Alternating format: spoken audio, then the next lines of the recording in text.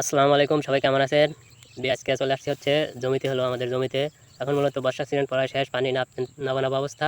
এখন জমিতে হচ্ছে কালাই বোনা লাগবে। এই যে এগুলো হচ্ছে কালাই, অনেকে খেসারি কালাই যেটা যাই বলেন। ধানে যে ধান পরে পাকা পাকা অবস্থায়, এখন মূলত এইসব জমিতে হচ্ছে এই কালাইগুলো ছিটা বোনা লাগবে। অভ্যাসে চলে এসে হচ্ছে কালাই বুনবের। এখন থেকে মোটামুটি কৃষিভিত্তিক কিছু ভিডিও পাবেন, সবাই ভিডিওগুলো ভালোভাবে দেখবেন। আর যারা কৃষিভিত্তিক ভিডিও দেখেন অবশ্যই সাপোর্ট করবেন। কালাই বোনা মোটামুটি প্রায় শেষ, আর কয়টা আছে আব্বা বুনতেছে।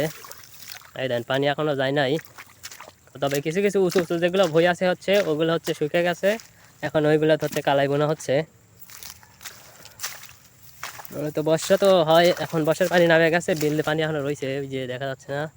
ধান এখনো পাকে নাই, ধান পাকতে এখনো প্রায় 15-20 দিন মতন, মোটামুটি 15 দিন।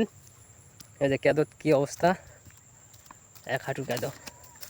তো যারা যারা কৃষিভিত্তিক ভিডিও পছন্দ করেন, মাঝে মাঝে কৃষিভিত্তিক ভিডিও দেওয়া হবে, সবাই একটু সাপোর্ট দেবেন। লাইক কমেন্ট শেয়ার যা যা করার লাগে করে দিন।